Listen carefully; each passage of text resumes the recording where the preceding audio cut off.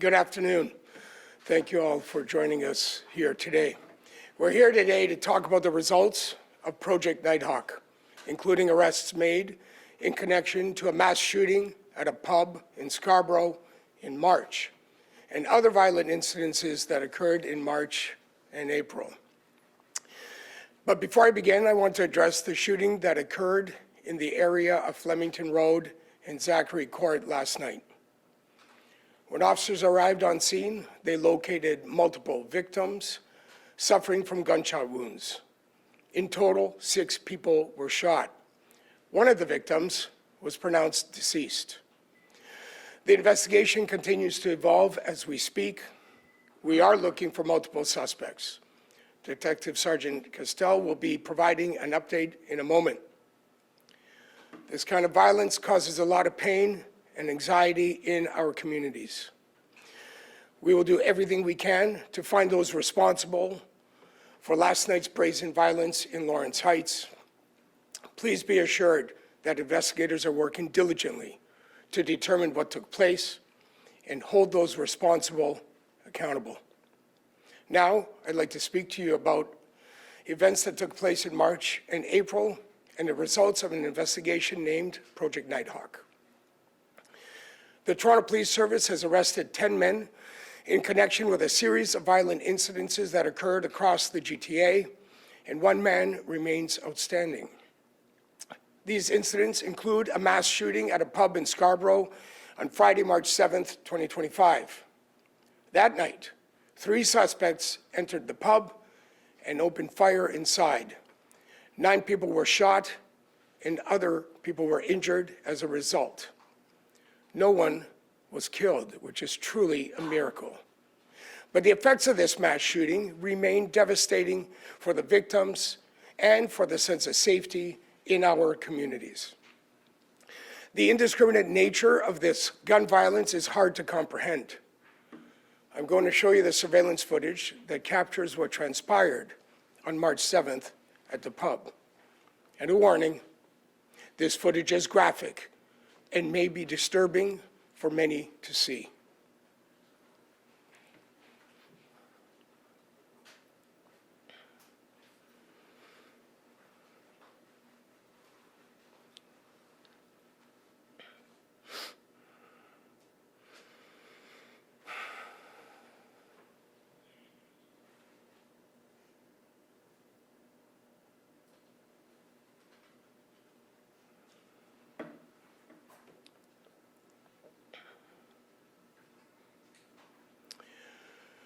In total, for this incident and other incidents, investigators have laid 203 charges against 11 people, including 24 counts of attempt murder. Before I pass it over to Superintendent McIntyre of Organized Crime Enforcement, who will provide further details, I want to thank all of our members who have worked tirelessly on this case. The announcement today is the result of meticulous investigation. It is diligent police work, chasing down leads, knocking on doors, talking to witnesses. I'm incredibly proud of our members for their determination and tenacity to bring dangerous suspects to justice and to prevent further harm. I also want to thank policing partners who provided support, including the Center for Forensic Sciences, Durham Regional Police, Halton Regional Police, Brantford Police Service, and York Regional Police. In these investigations, we were able to help the Brantford Police, Durham Police, and the York Regional Police with some of their outstanding occurrences as well. So, when we think of these investigations, they truly underline the importance of collaboration and this type of work. What you just saw on the video is deeply unsettling. What happened last night in Lawrence Heights is also deeply unsettling. This kind of brazen violence, this disregard for human life is completely unacceptable. These events underscore the importance of the law reform we've asked for in the past, including law reform concerning shootings in public spaces. Gunfire in our public spaces must be recognized for the harm it causes, not just for those involved directly, but for the bystanders and the public at large. Furthermore, we also continue to support ongoing discussions around bail reform. I have been in contact with the Federal Minister of Public Safety, and I look forward to further discussions with him concerning public safety in Toronto. Members of our service and members of our communities continue to witness the horrific, traumatic, and life-altering impact that gun violence has on our city. This needs to stop. We will continue to do everything we can to take dangerous guns and criminals off our streets. I want to thank all our members who responded swiftly last night in 32 Division and secured the scene and provided first aid. Their efforts absolutely saved lives. And our members in 43 Division and across the service who responded to the mass shooting on March 7th in Scarborough and supported the complex investigations that ensued.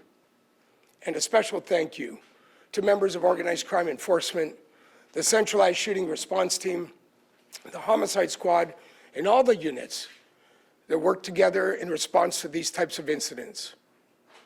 Your work makes an immense difference. Thank you for everything that you do.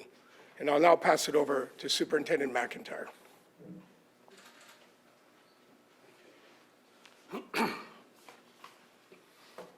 Thank you, Chief. Since the night of the mass shooting at the pub on March the 7th, we have not released many details publicly. But as we said in the days and weeks that followed, our officers were working around the clock to gather evidence, speak with witnesses, and follow every lead in what quickly became a very complex investigation. We told the public and the victims that we would share information as soon as we could, and today we are in a position to do that. We've stayed in contact with the victims and their families throughout.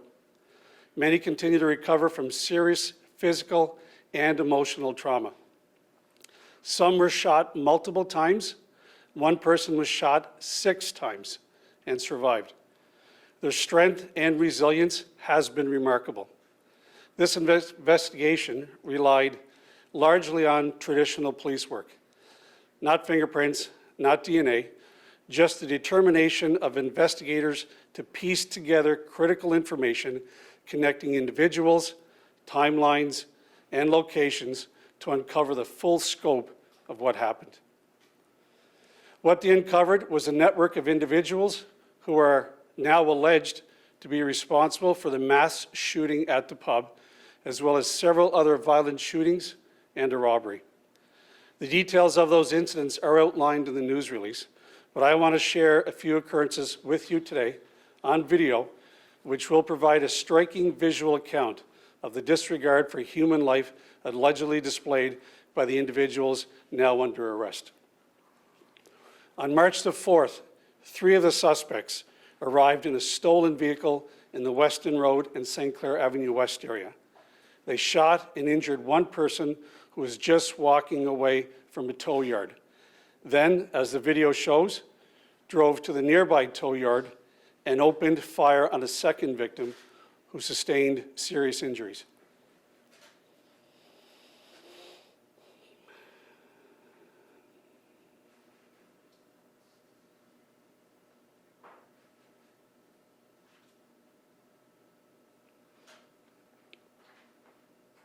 Here the car turns around, he goes back to shoot again.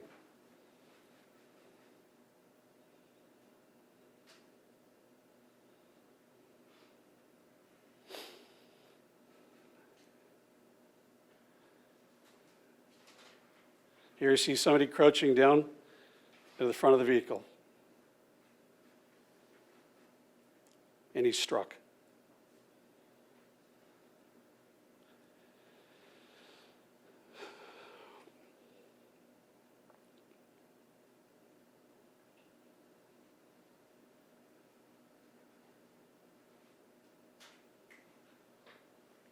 Later that same night, as shown in this next video, the same suspects drove the stolen vehicle to a gas station in the Lawrence Avenue East and Warden area, where they ambushed a man washing his vehicle, shooting him without warning.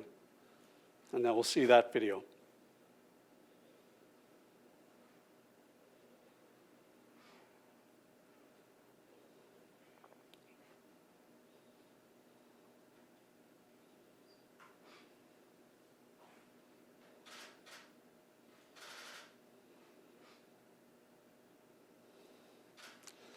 In all of these incidents, the victims were seriously injured.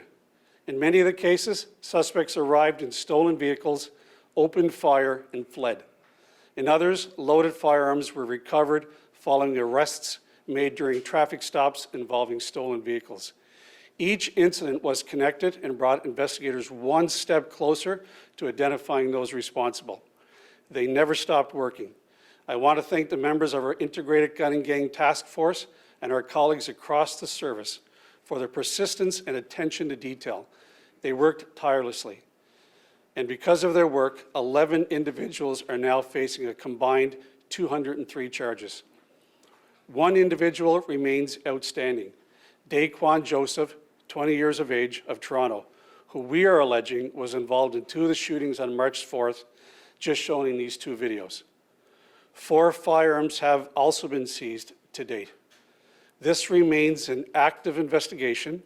Our officers continue to work behind the scenes to ensure everyone involved is held accountable.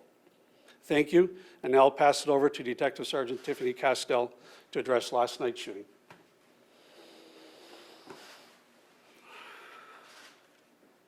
Good afternoon, everyone. As you know, last night, just after 8:30 p.m., officers responded to reports of a shooting in the area of Rainey Avenue and Varna Drive. It's believed that 3 armed suspects approached a group of people and opened fire before fleeing. 6 people were shot, as the chief spoke about. 5 suffered non-life-threatening injuries, including a 17-year-old youth. Sadly, a 31-year-old male was critically injured and later was pronounced deceased in hospital. This is our city's 13th homicide of this year. The suspects are described at this time as male, with a slim to average build, wearing dark clothing, and they had their faces covered. All 3 of them were armed. This remains an active investigation, and we are asking anyone with information or video footage to come forward. That includes dash cam footage. And at this point, I'm happy to take questions about my investigation, and others are happy to take questions about theirs. The shootings in the previous videos, there's obviously tow truck, tow areas involved. Can you explain any further connection with the tow truck industry?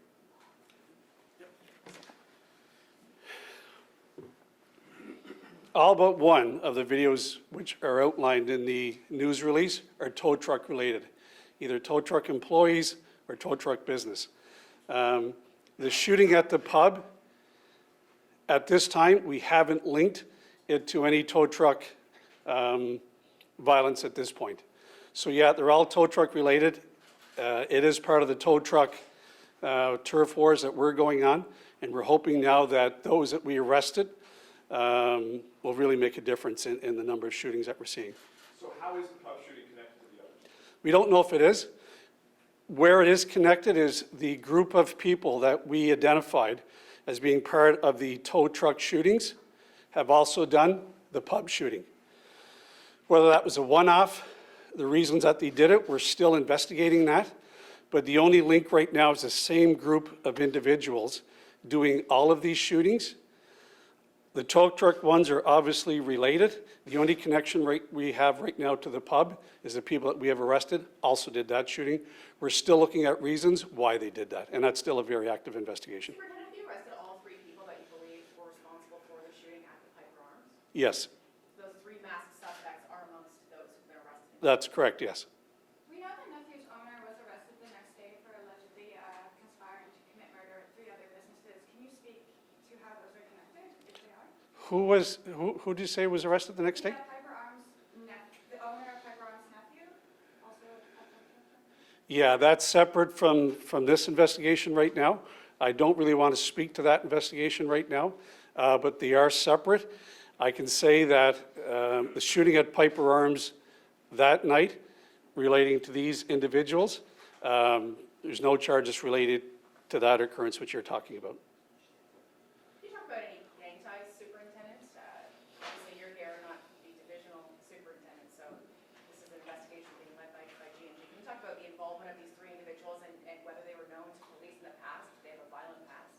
I don't want to talk about their past.